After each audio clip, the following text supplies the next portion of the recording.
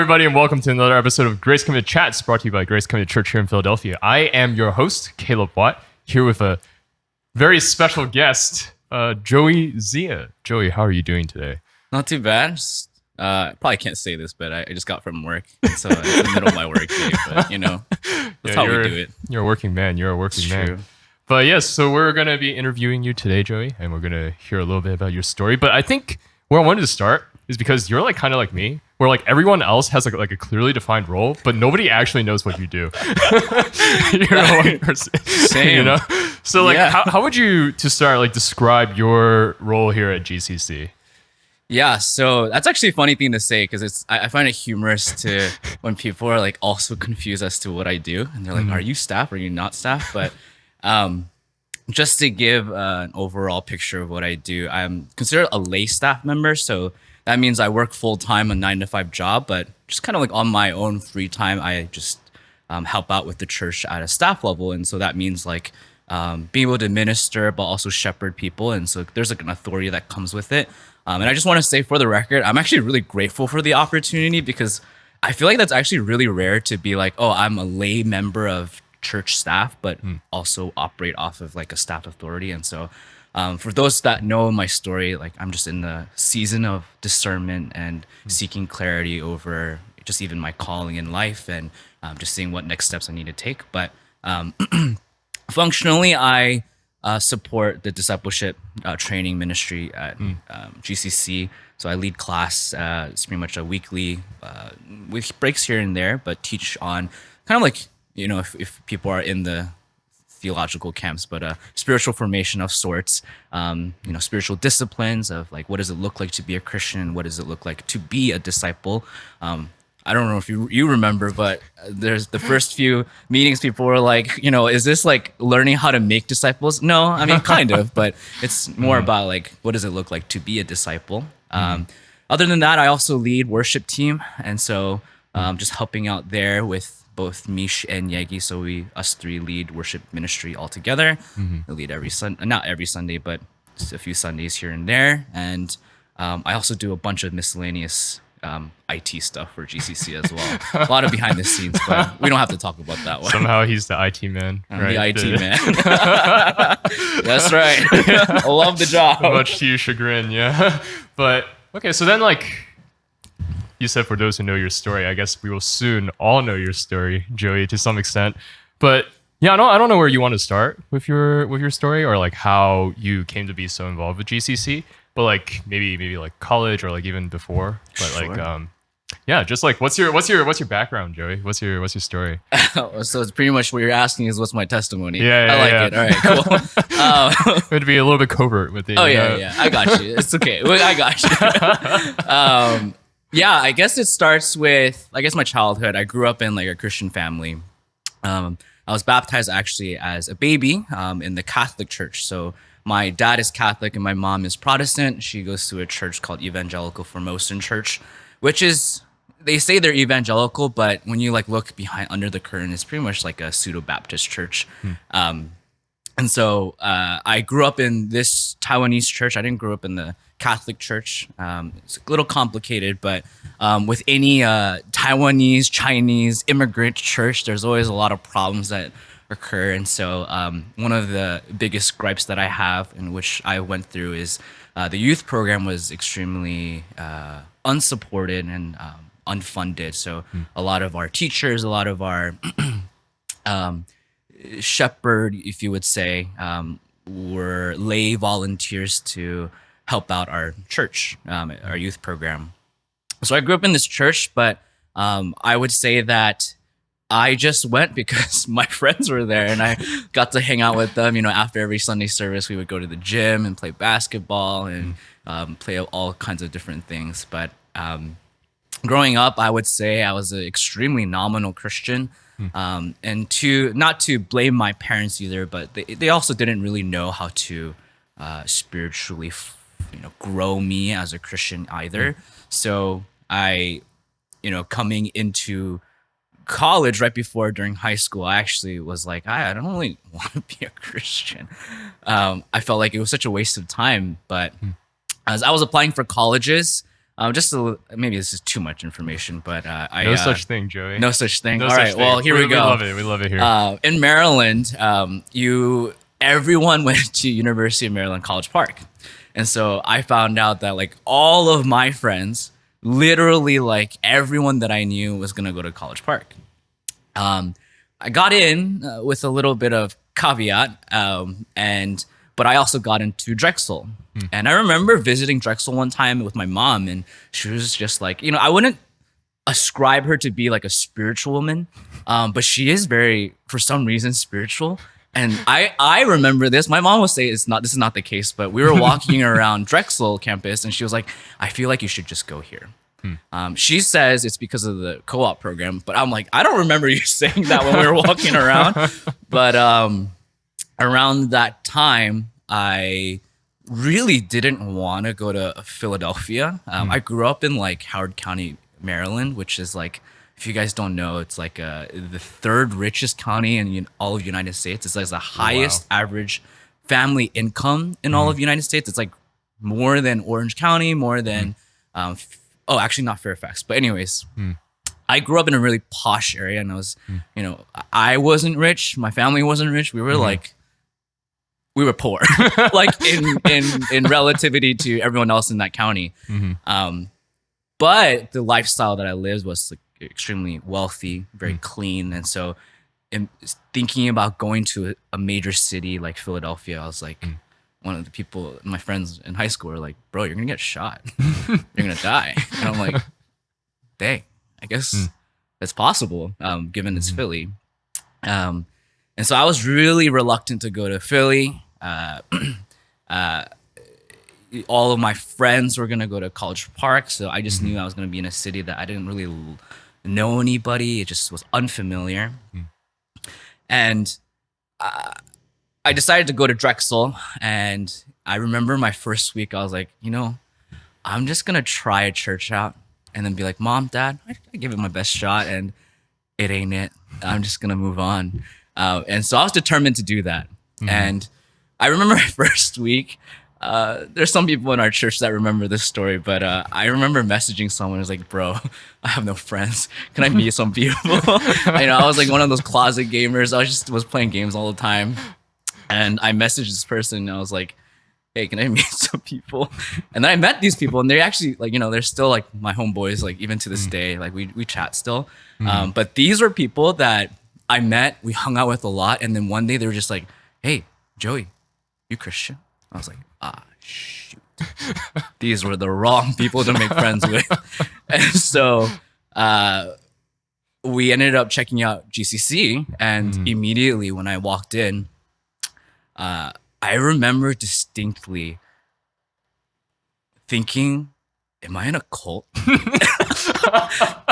People were raising their hands, like screaming, like singing so loudly. And I was like, bro, am I in a cult? But I think the main feeling that I was feeling at the time was immense jealousy. That people were so willing to be unashamed of worshiping God, and it didn't feel fake. To a certain extent, I'm sure there was people that were like faking it or whatever, but I just remember in that moment, I was feeling like, is this real? Like, are these people for real? And I felt so jealous that I went through 18 years of Christianity, but I'm nowhere close to having this feeling. It'd be different if I went through that, charismatic worship, if you will. And then coming out of it and be like, I'm still not about it. But I've never experienced something like that. And so I remember distinctly that Sunday service, the first one, I was like, how come they get that and I never experienced that before? And so started my journey of just, I got sucked in, and over and just week after week, I hung out with my friends, and little did I know that Philly just became a city that I loved. I went to Chinatown like every week. My mom asked me like, where does your money go? And I'm like, somewhere. I was like in Chinatown like every week. It was kind of bad. I'm sorry, Mom. This is why I'm trying to pay you back. But yeah, I think week after week, I was plugged into a family group. I just attended all the GCC things. You could say I was drinking the Kool-Aid, if you will, but the Kool-Aid was great. And I don't think it's Kool-Aid. I actually think it was a real experience of GCC's program of family group, being plugged in and attending a lot of their programs. And I remember, this is where the kicker is, where I attended our passion conference around the fall term, and I distinctly remember someone praying for me, and this was my first time experiencing a prophetic word. And they said, Joe, I feel like the Lord is saying, you're like the prodigal son, and welcome home. And I remember in that moment, I was like, it's true. Like, I was trying to run away, and I did, for a week, I ran away. But to my surprise, I was like, oh yeah, the Lord had a distinct purpose for me to be in Philly. I ended up making a ton of friends. It was like the biggest class of GCC, I think on paper. Anyways, it was astronomical, the amount of people that were there, the amount of friends that I've made. And it ended up becoming like a place where I really loved and called home. And that's where I really started saying, yeah, Lord, you're the one that I want to follow after. And that's kind of like the trajectory of where I started growing. Man, this story is long. That's okay.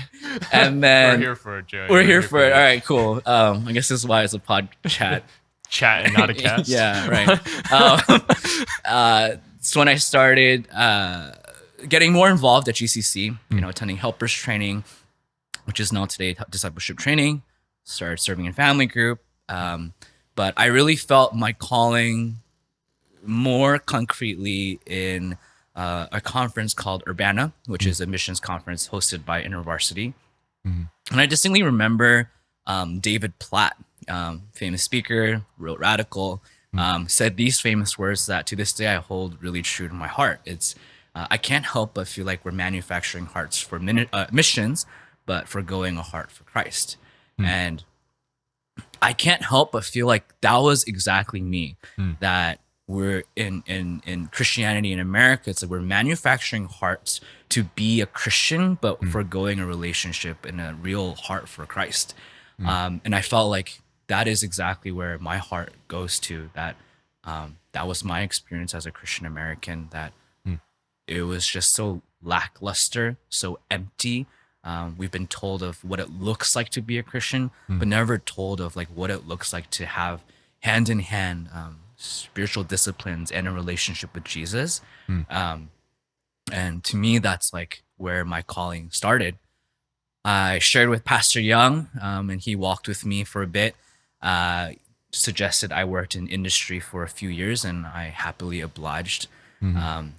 Went into industry for 3 years, and we finally prayed and felt like the Lord was maybe not speaking so loudly that I needed to step into ministry, but I felt like the Lord was saying, just trust me and don't be afraid. And so I was like, all right, just give it a try. And I remember stepping into ministry, did that for 2 years. It was really difficult, to be frank. It was during COVID and the pandemic. After 2 years, I stepped out of it because just through the difficulty and a little bit of mental health, I would even attribute it to. Went back into industry, and that was a year ago. And now I'm just in the season of discerning and figuring out when the Lord is going to either call me back or not call me back at all. And yeah, that's kind of like where I'm at right now. Long story. Long story. That's a very long story, Joey. Well, thanks for sharing. I appreciate it. Yeah. I remember I think it's like so interesting, right? For me, at least, to hear like stories like this, because it really connects the dots. Because I'm sure I've like heard most of what you've said before, right? But never in like, oh, this is like the order in which it happened and stuff like that. So I really appreciate that. I guess I want to go back to like calling to ministry. Like, what did that specifically look like to you, right? Like you mentioned Urbana, and then like a subsequent period of time of walking with Young and stuff like that. But like, what happened during that time where it's like, okay, yeah, this is a trajectory that my life is going in right now? Yeah.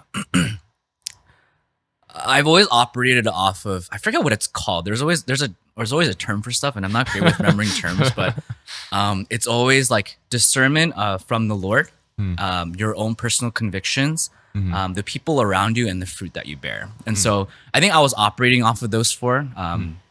Whether it's healthy or unhealthy, I don't know, but it was a good thing to operate off of. The people that I was walking with, so at the time was Pastor Young, and there's a few other mentors in my life that I was walking with, and they felt like, yeah, the Lord is, I wouldn't say so strongly calling, but they can see that the Lord is calling me into a direction of ministry. And so I felt like that was a check boxes, if you will, that I could check off. I felt like the Lord was really stirring my heart for ministry because of like David Platt and just like seeing the heart of that.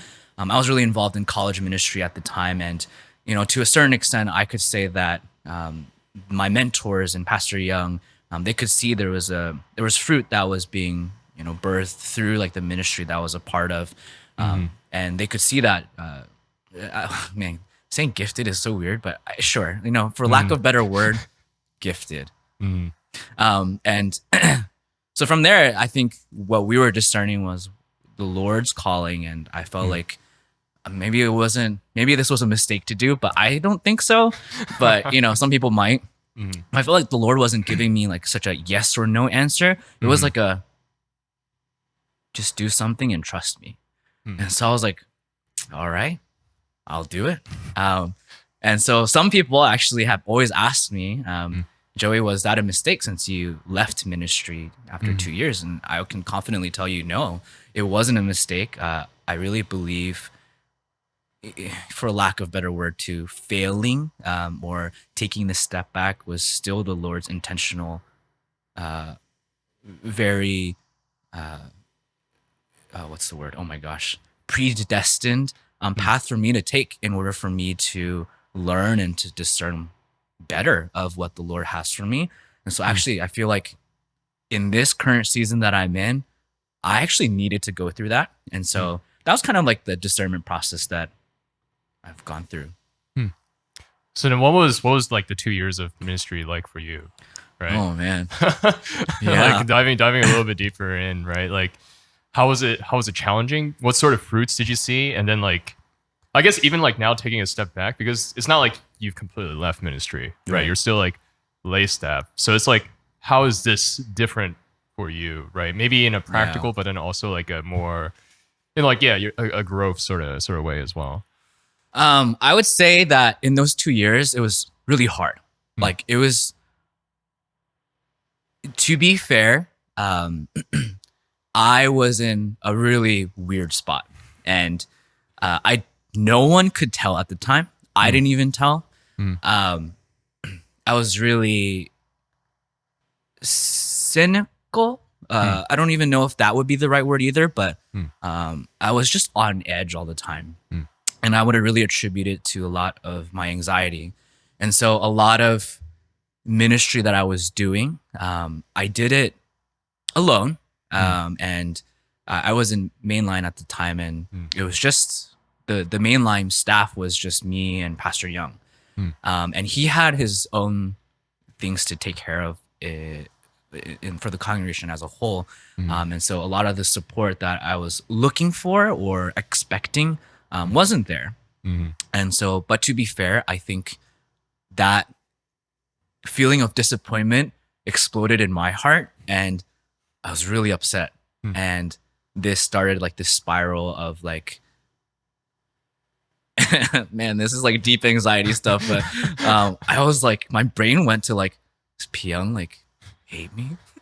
Does Pastor Chris at the time, who was serving in UC young adult, is he disappointed in me? Like, is he mad at me? Is he like feeling all these things? Irene and even Pastor Brian was doing college ministry at the time. I was like, do they not care about me? Because they were also doing college. I was doing college, and I was like, oh, what? You know, and I think I felt like the unsupportedness exploded in my heart, and I was really upset.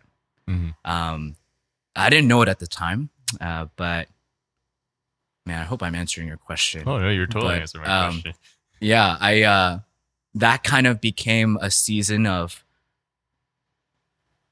deep hurt that cannot just be blamed on them.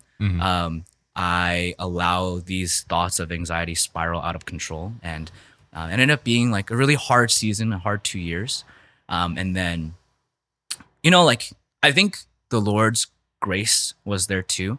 I would say that, I cannot necessarily put a name to what the fruit would be, but I still hold like close relationships with a lot of the college students that were at Mainline. Maybe not super discipleship like now to this day, but they're still like fond relationships and fond memories that I've had in doing ministry.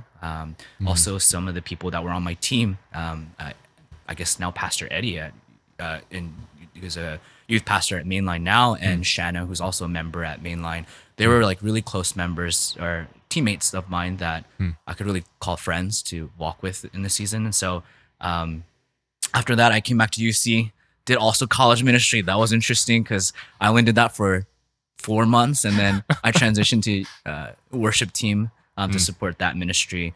I the fruit there, I don't know.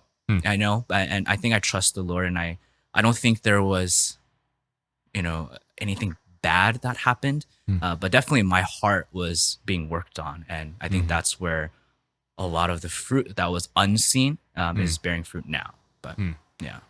So now, how do you feel like that experience, right, being like full-time in ministry compares to your experience now in ministry, right? Especially since you're like working, and also you can't then necessarily be as involved because you are working, right, a 9 to 5.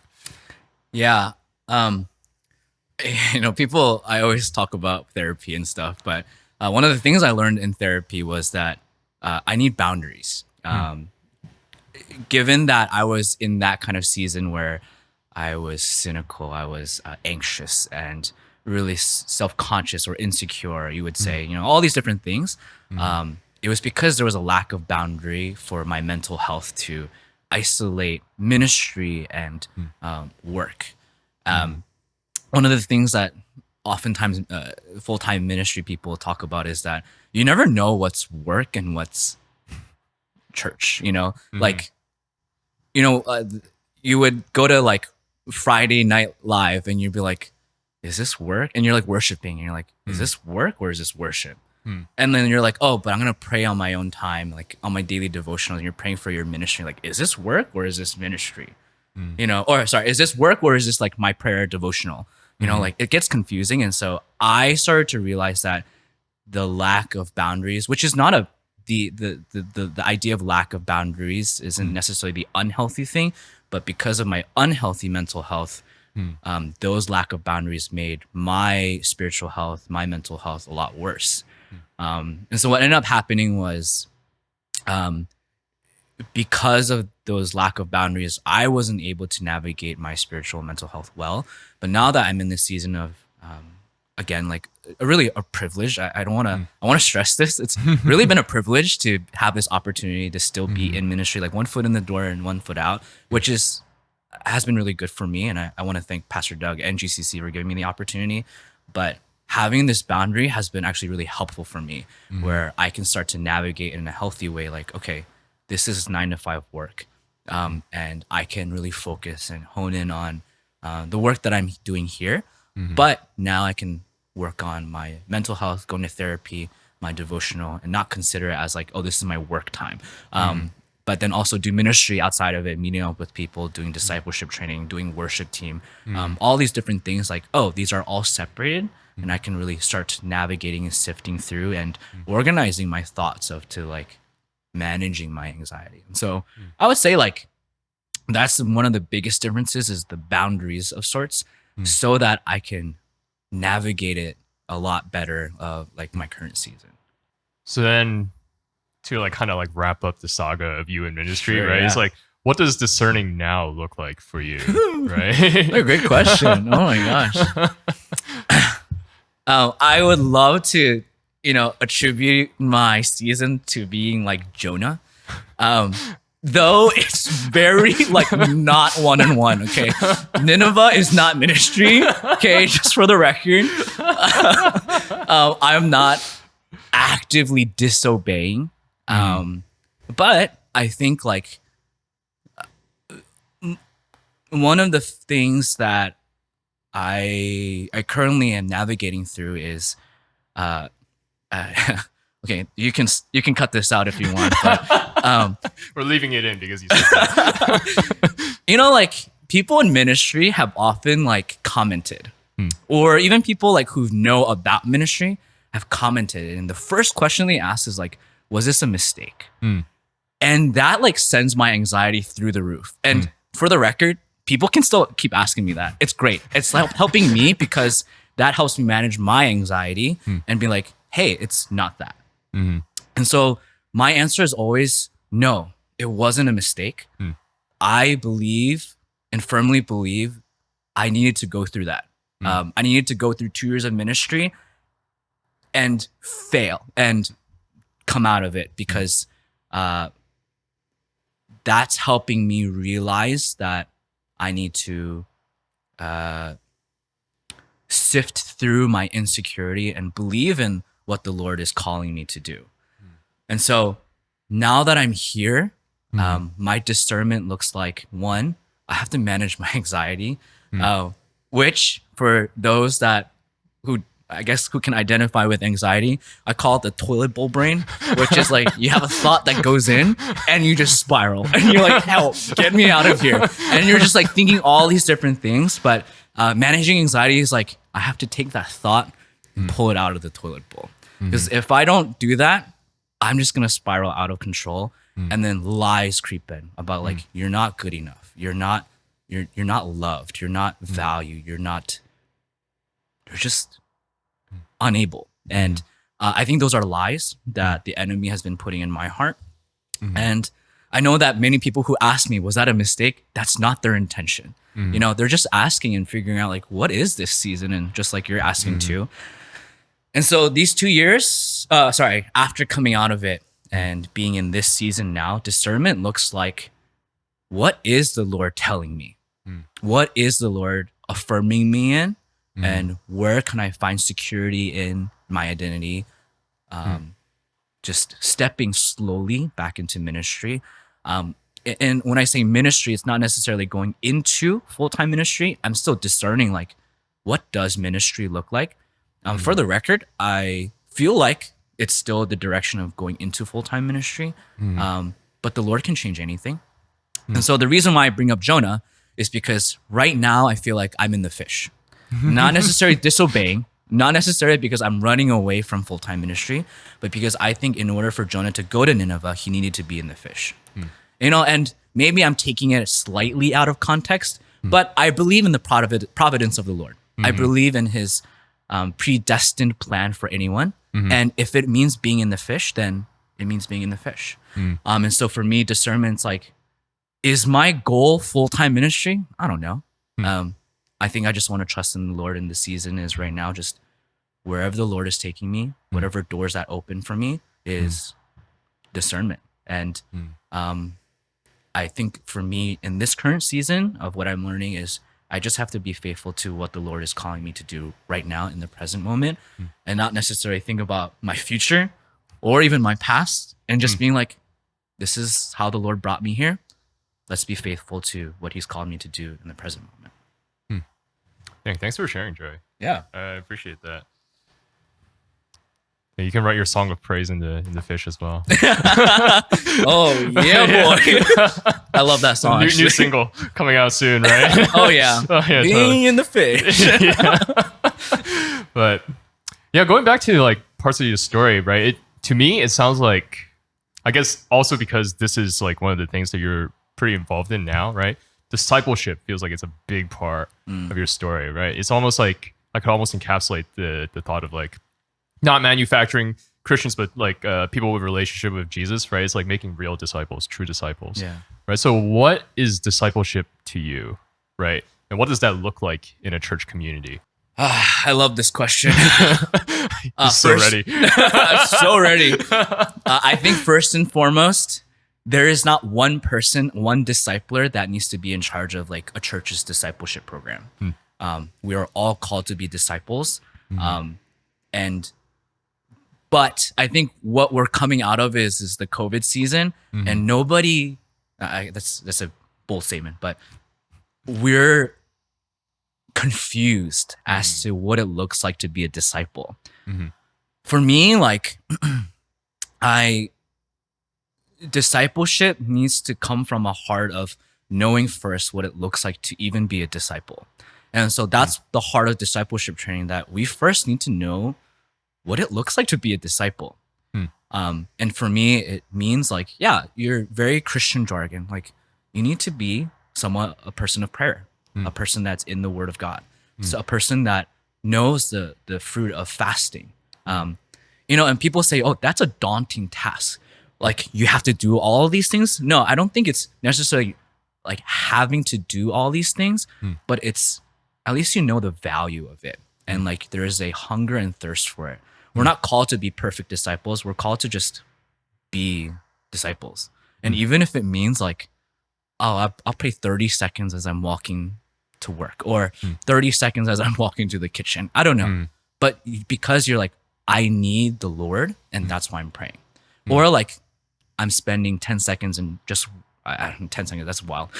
You know, like, I'm going to read through this verse, or I'm going to have this verse on my desk to remember like the Word of God in my heart.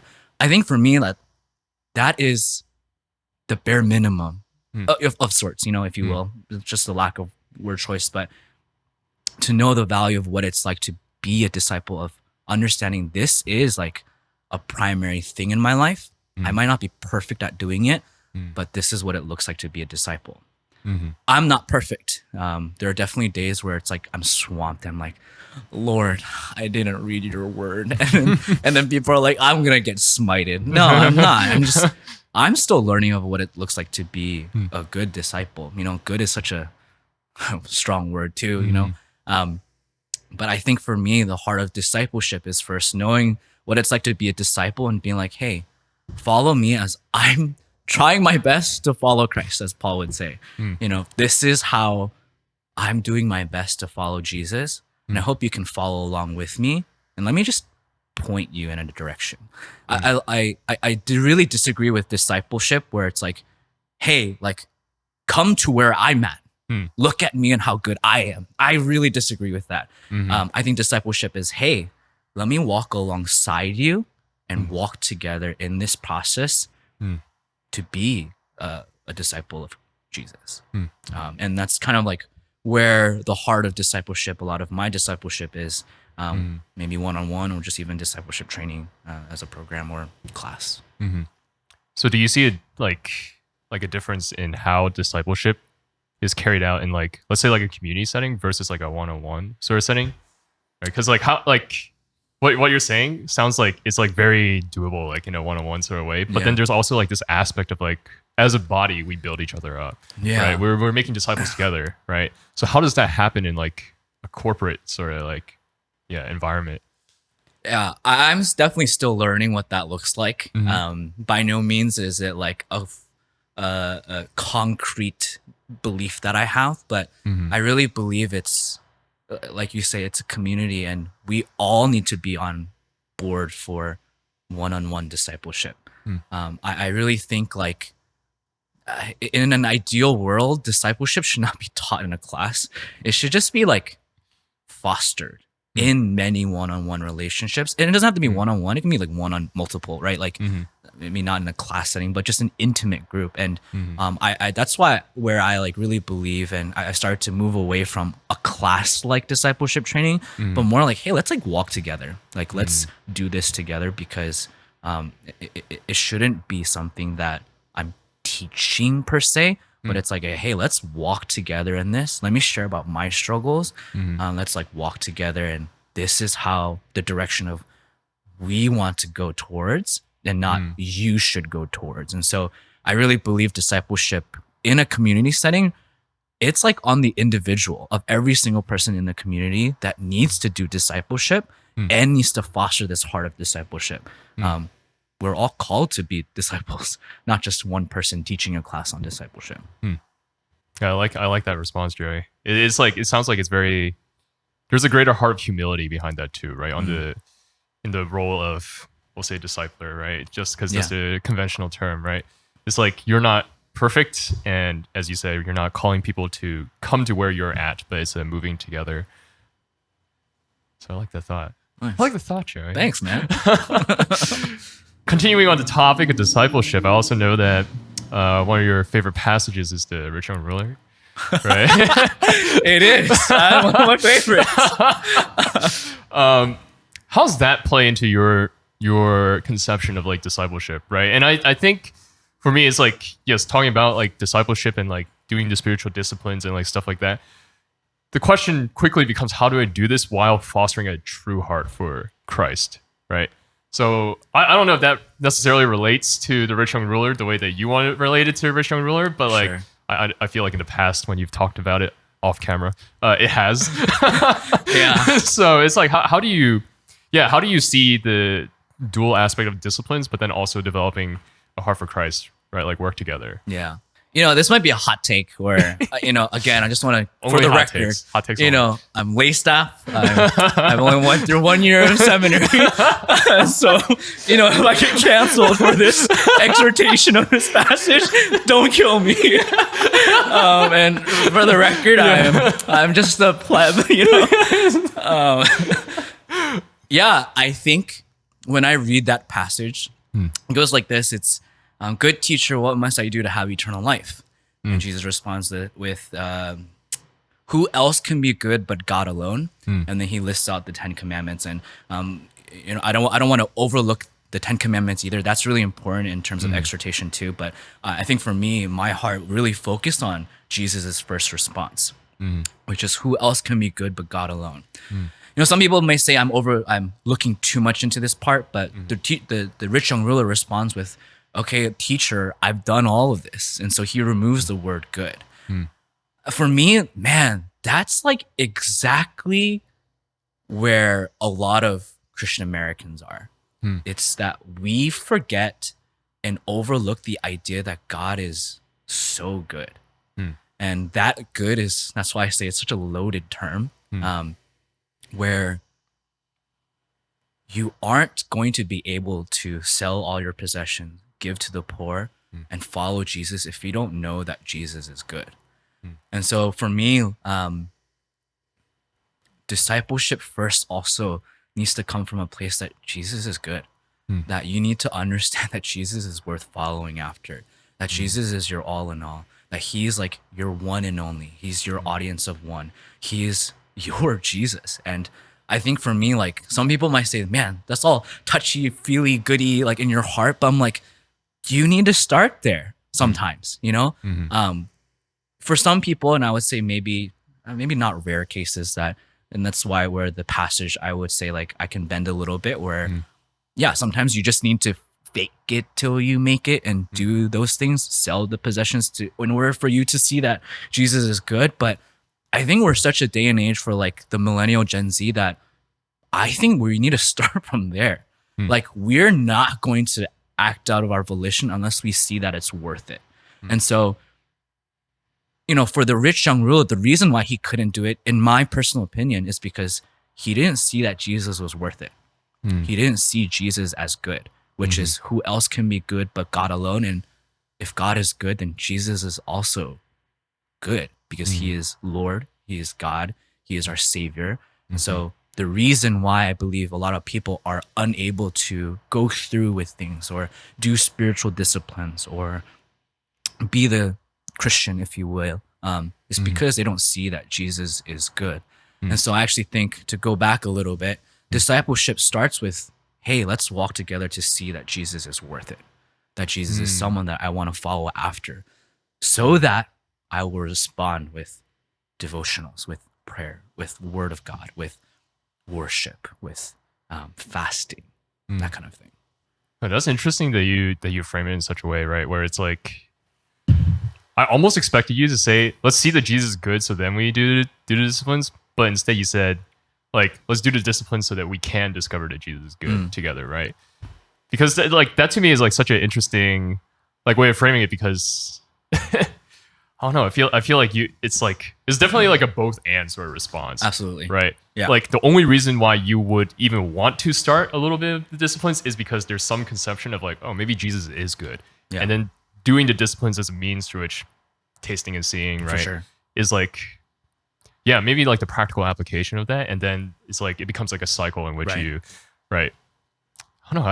I like that thought, Joey. I'm gonna steal it and not Dude. reference it. No, For the I'm kidding. record, like I don't like, just to clarify just a Yeah. little bit, like it's not don't do these things Yeah. and wait till you see Jesus is good, then do it. It's for sure a both and. But Yeah. I just to refix my, I guess I hope people don't misunderstand. This culture right now is that people miss this knowing that Jesus is good and empty actions. Sorry, but just to Yeah. clarify. I like that, Joey. Another question, interesting, about maybe now touching a little bit more on like the state of GCC, but like first a little bit more personally applied for you, Sure. right? Since you come from an immigrant church, right, and now you're in a church of like second generation Yeah. people primarily, like what do you feel like are some of the differences? And knowing that a lot of people come from that background too, how do you see that affect our church? Wow. That's a loaded question. Jeez. Loaded questions only. Oh, man. To compare and contrast a little bit, I think what we're seeing right now in the culture of immigrant churches is that they don't have any younger audiences or younger members, if you will. But on the flip side, immigrant churches, you see the exact opposite problem where it's not multi-generational. It's just these second generation immigrant children that either are now hurt by the church or have some qualms with Christianity and feel like none of their answers are being answered. And none of that is bad. It's just, that's just the current culture. And I think what we're seeing is it's like a hospital of sorts, if you will, for people that are struggling a lot with their childhood faith.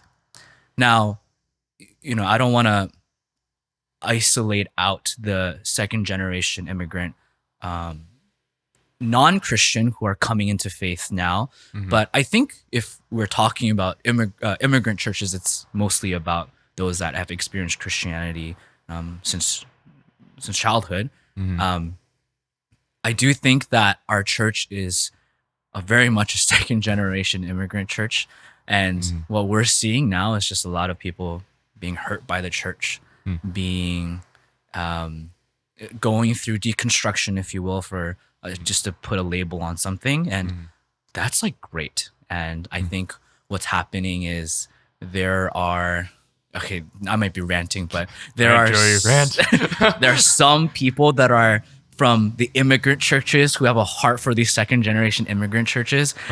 So I'm just gonna call it the immigrant church and the Pan-Asian church, if you will. Okay.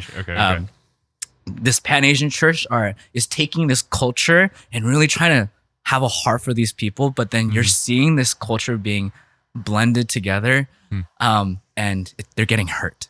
And now they're like looking for another Pan-Asian church who's planted by someone from the Pan-Asian church, and now it's like now they're like confused, and that's kind of where I feel like AMI GCC, if you will, is kind of where it's at, where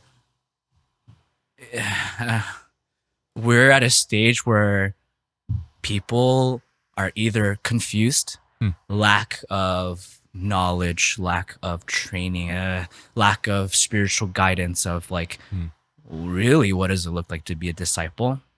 And GCC, I wouldn't say GCC, but just this current Pan-Asian church culture is, we're figuring out a lot of this cultural baggage that we have from the immigrant church to where we're at now. I don't know if I'm answering your question, but.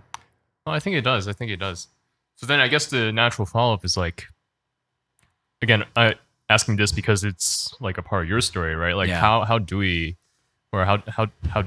like process that, right, as a church? And like, how do we recognize like the impact that has on us? Because sometimes I feel like the tendency is to say, oh, that was the past, I'm going to ignore it, without realizing, right, that it still plays a role in how we do church, or like how we approach church even, right? So like, how do we process that as a body? Yeah.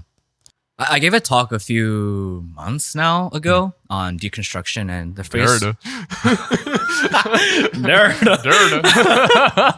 Derrida. For those that don't know, it's Jack Derrida. He was like the original starter of like deconstruction. Anyways, can rant about this, but the main idea from that talk was: are you deconstructing the subculture of Christianity, or are you actually deconstructing your faith in Jesus? And I think what we're realizing a lot right now is that we're not really deconstructing our faith, though I think there are some that are, and I don't want to discredit the people that are there. But I think the majority of people that are in this Pan-Asian culture is, I don't even know if that's the right word, but in this culture, are realizing that it's more the subculture that they were hurt by, and not necessarily the relationship with Jesus or this culture of being a Christian. It's the subculture, and whether that you're from like KM or from Korean ministry, or from a Chinese church or Taiwanese church, Indonesian church, you can name whatever immigrant church you want. You're probably hurt in some way, and I don't want to demonize the immigrant church. They're doing a great job. They're doing their best. They definitely have their problems, and we have our problems. And I just want to, for the record, nothing wrong with them. Well, nothing wrong with them in the sense that like you shouldn't go there. Right. Nothing wrong in that sense, but we all have problems, and we are all broken churches. But I think what we're realizing in this culture is that they're struggling to navigate through their hurts from this subculture, and this is where the deconstruction is.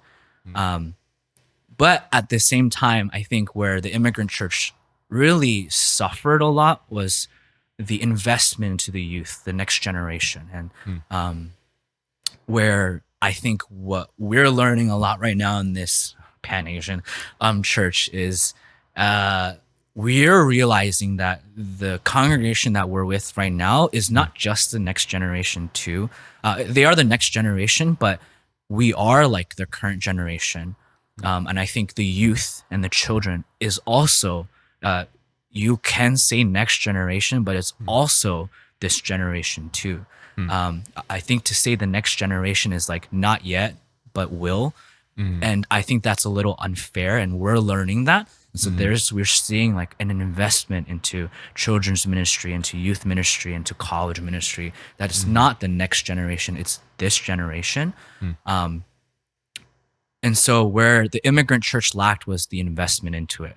And so where we're responding, and I think even I don't think Pastor Doug has explicitly stated this per se, but I really value and see like the value of investing into, if you will, the next generation, the younger members of our church, because it is important. And so these people that haven't been invested to are really struggling with their faith right now. And if they're really influenced by the subculture but no foundation, man, you're in for a ride. And so that's kind of where we're seeing, hot take, Letters of Rahab, and that's like kind of where what's happening there, with even other churches.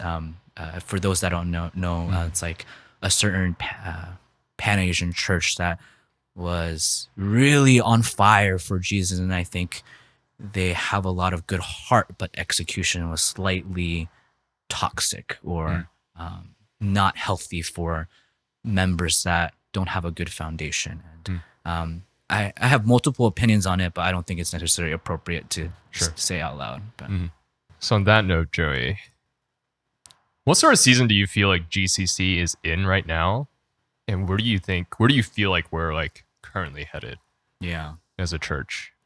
So I guess I can share a little bit top down.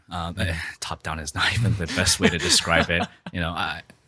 It's for the record, I really think our staff is very humble, and I think we're really trying to figure out, like we really do come from like this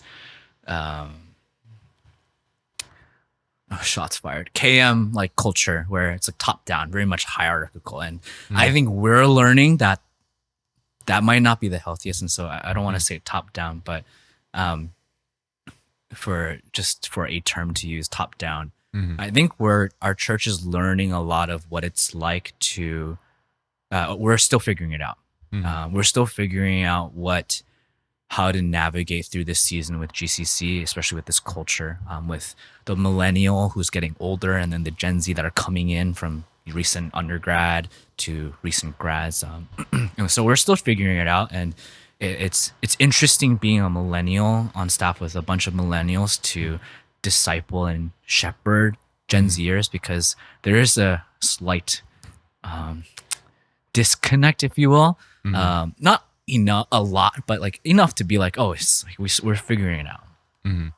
Long story short, I think we're still figuring it out. That we're still learning what it's like to program, to try different ideas. And a phrase that I love to use is we're throwing darts at a dartboard and seeing what sticks. And I wouldn't say staff is operating necessarily like that, but I like that imagery where we're really trying, we're really figuring it out of what it looks like. But I think in terms of culture, I think we're also, we have to stick to our guns too, which is we're still discipling. We're still like caring for people. We're still shepherding people, and we're still like discipling people to be disciples. And so that culture really is the status quo. I don't think any church should deviate from that. And so I think staff has been still operating off of that constant. I think in terms of members, I think what we're going through is a lot of a wide gradient of deconstruction, from really mild deconstruction to intense deconstruction. And I think that's awesome.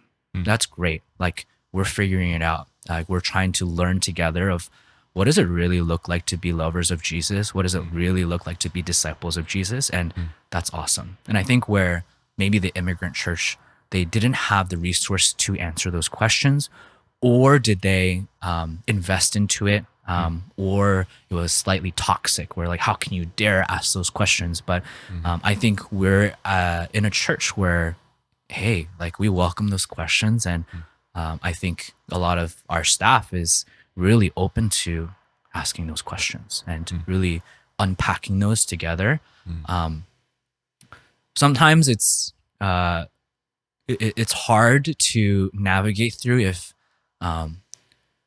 people don't see our heart, and but the Lord is patient, and we're also learning that too. Not everyone is like this, just for the record. You know, it's not our constant state, but there's just a wide variety of people that are coming into our church that are like this. And I think I also want to address the new believers too, who didn't go through necessarily immigrant culture, but they're learning too. And we can't just focus on the people that are hurt, but we also have to figure out how do we, lack of a better word, program for the new believers to give them a firm foundation too. And so a lot of discipleship training also is kind of like where that's coming from. And I talk about it a lot because that's like one of my areas of focus, but we are figuring out like, how do we program well for all members of our church.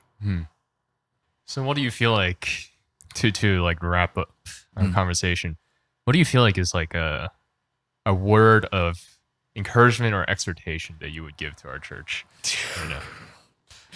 Oh, knowing that only about like 10 people will actually watch this.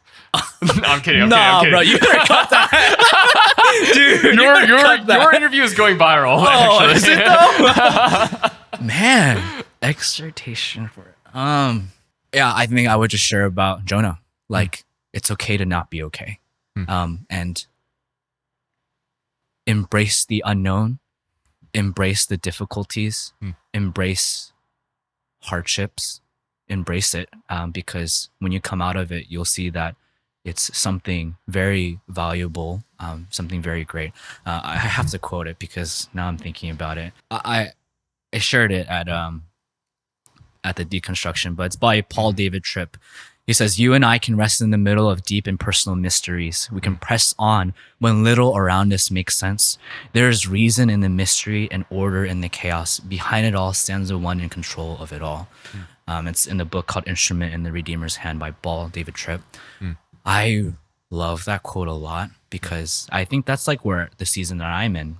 And I know that not everybody can relate.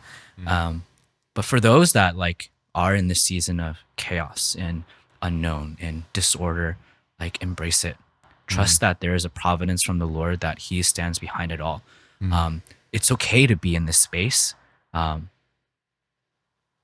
and to just fall back into his arms and trust that he's going to be there to pick you up. You know, and I think people are like, the sense that I've gotten, and even for me personally, it's like unknown means not good.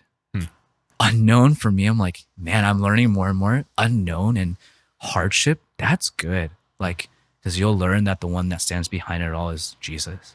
And so for Jonah, as he's in the fish, he like too much to exhort, but it's okay to be in the fish.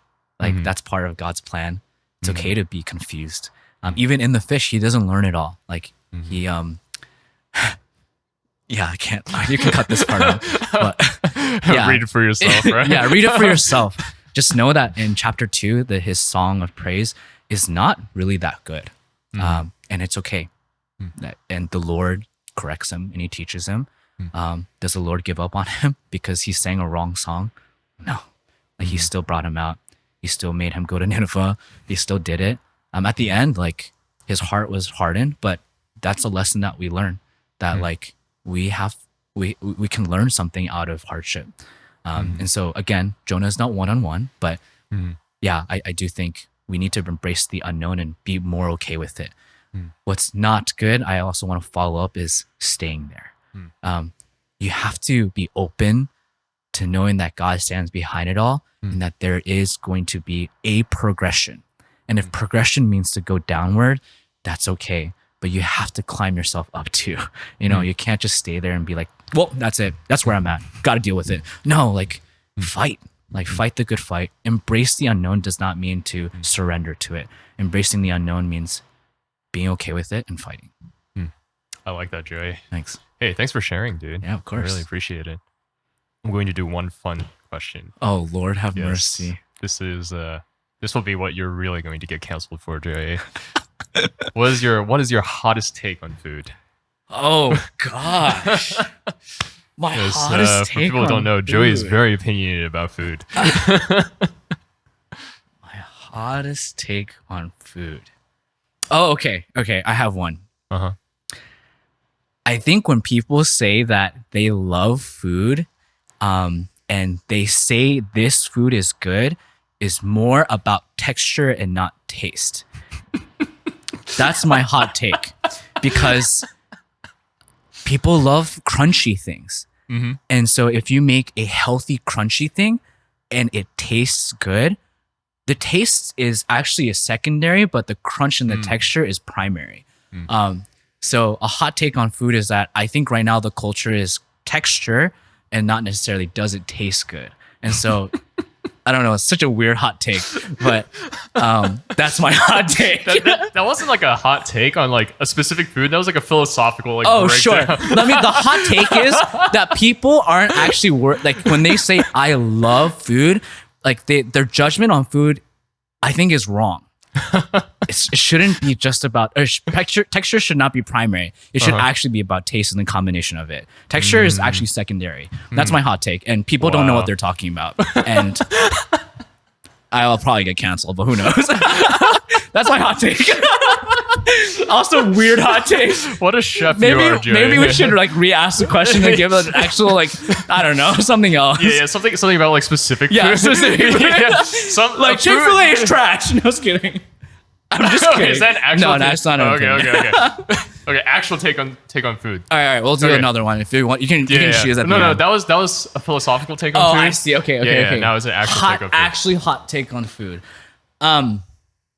I don't want to beat the dead horse. In-N-Out fries, I'm not going to go into it, but hey, I thought of this question last night. Yeah, I was like, he's going to talk about In-N-Out fries. But it's the horse is dead. I've beaten it too many times, and if I doubt that person that feels strongly about it is listening, or who knows, maybe I don't want them to feel more about it, so I'm just going to leave it. You should probably cut this out. Don't worry, I agree with you, Joey. Thank you. I agree with you. Okay, my hot take for food specifically is, oh man, I actually might get canceled. I think Popeyes is a far superior fried chicken than the whole idea of Korean fried chicken, but only by a little bit. I think far superior, when I say that, it's just that like it's just by this much little bit that I, in any given day, actually think I would prefer Popeyes fried chicken than Korean fried chicken.